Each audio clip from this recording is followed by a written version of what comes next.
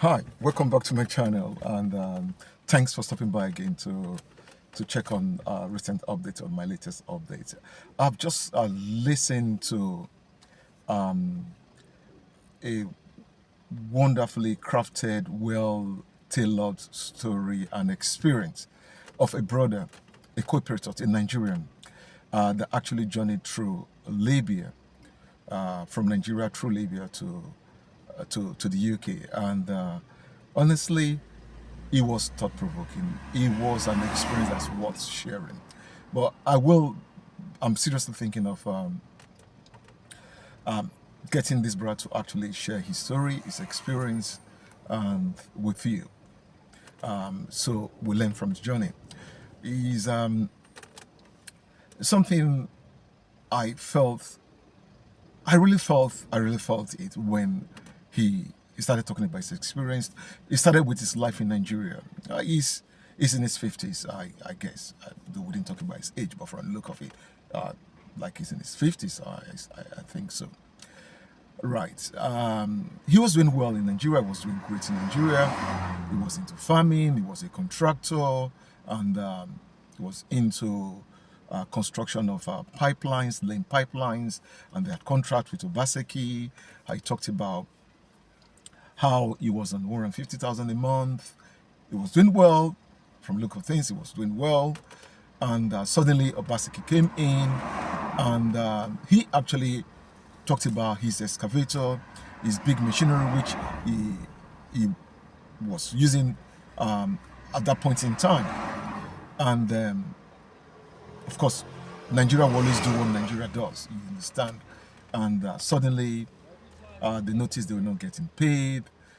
He rented the excavator, he had to pay for the machinery at the end of every day, which costed him a lot of money.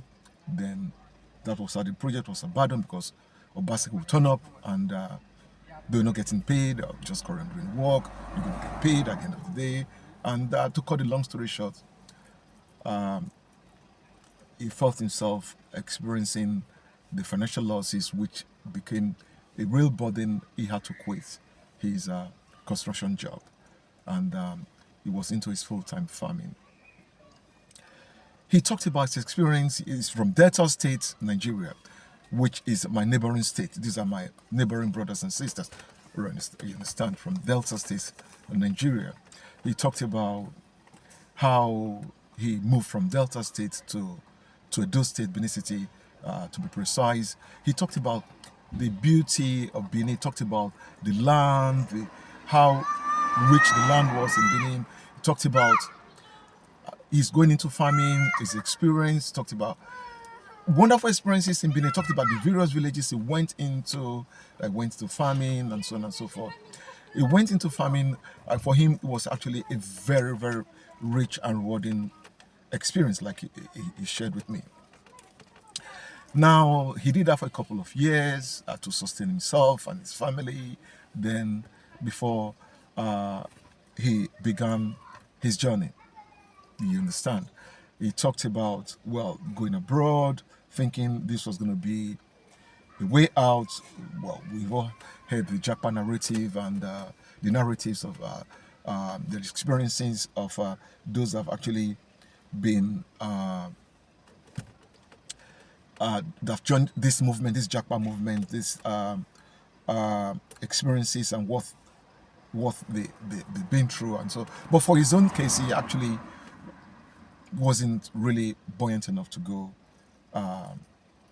the normal way, which is you traveling or taking what would normally apply for visa, go through the normal procedure, normal processes.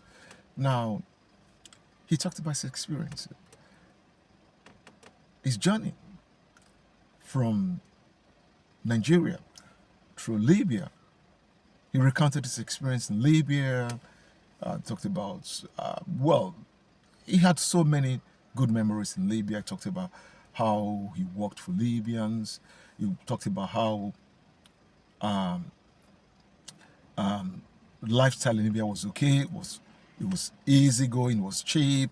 Things were relatively cheap. He talked about how he was treated in Libya. Also talked about the other flip side of the coin, which is the security issue in Libya.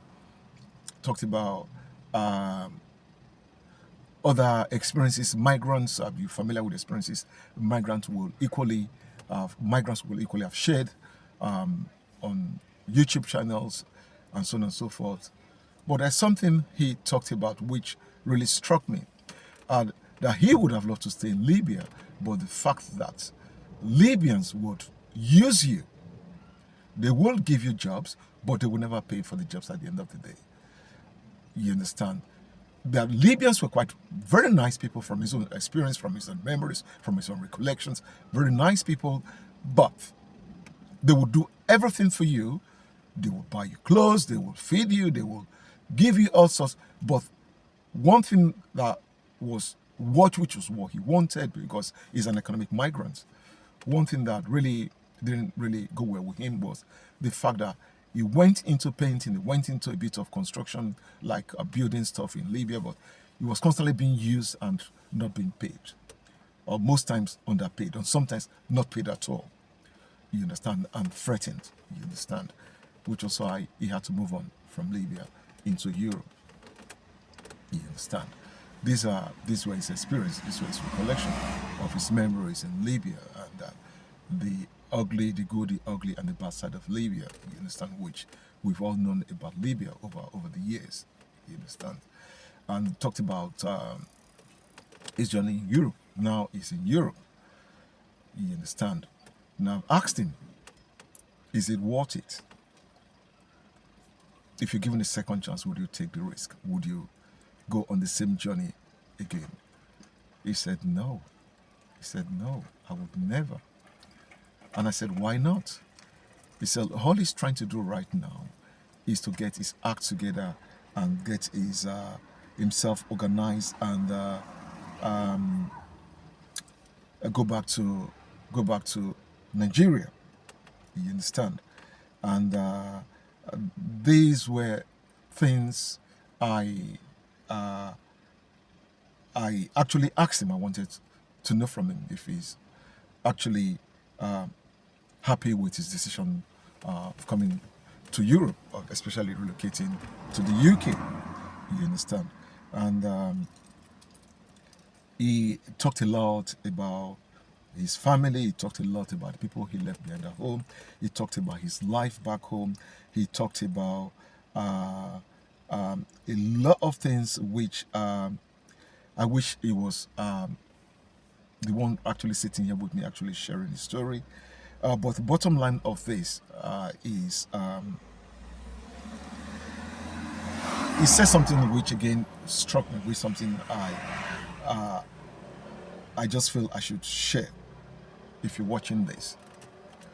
He talked about going back to Nigeria. He talked about re-establishing himself back home in Nigeria. He talked about going into farming big time, which is something he's something he's done in the past and something he's willing to go into.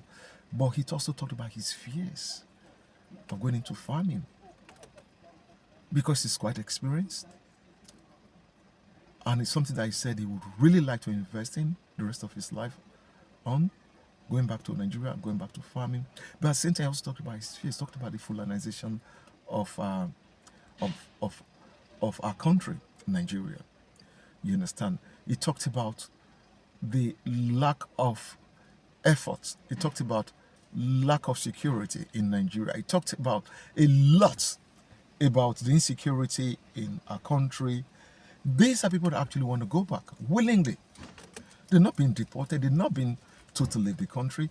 He's told me, I really want to go back to Nigeria. I want to go back and establish myself in Nigeria, he said to me. He's actually one of those that actually endorse Jack Padal, 100%.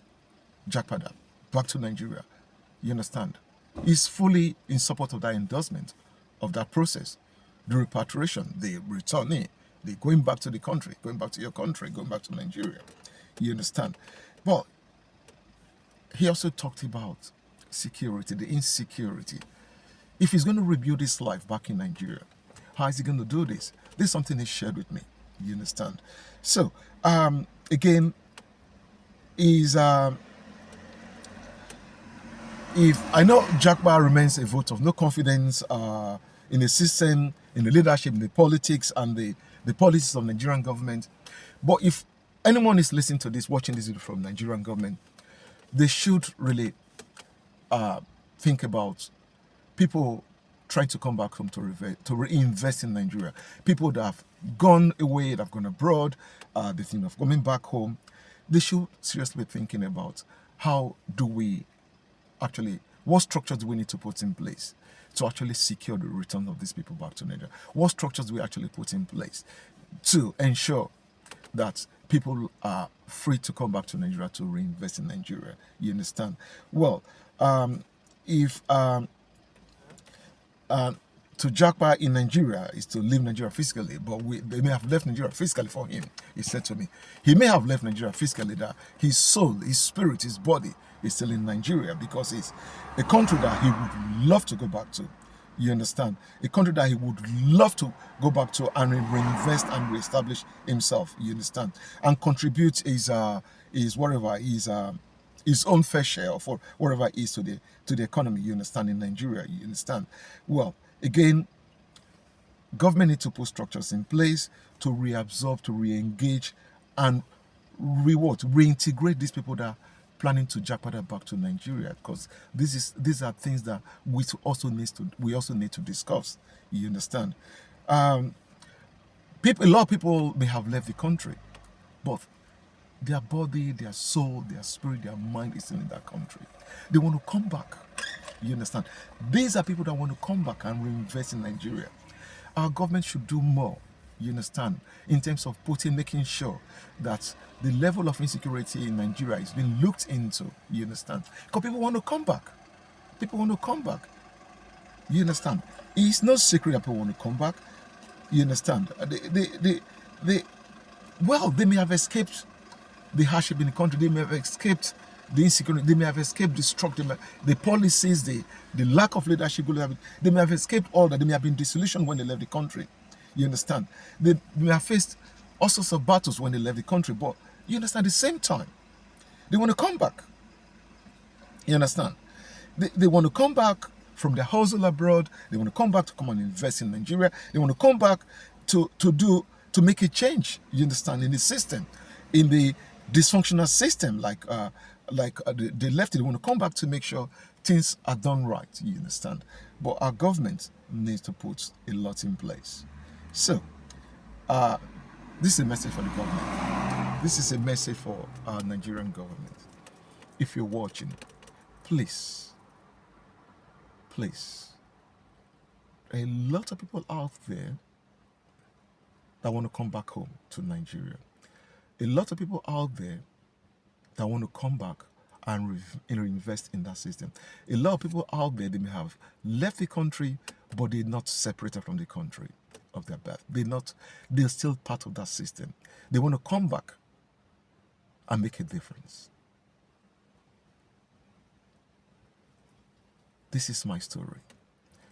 This is the story of this man I spoke to this morning. This is what he shared with me. Let's make Nigeria a place that is welcoming for foreign investments. Let's make Nigeria a place that is welcoming to all. Let's make Nigeria a safer place for not just Nigerians, but for foreign investments, for investors alike. Let's put the right structures in place for our country, Nigeria. Thank you so much for watching this. If you're watching this, please feel free to leave me a comment. Thank you so much, and God bless you.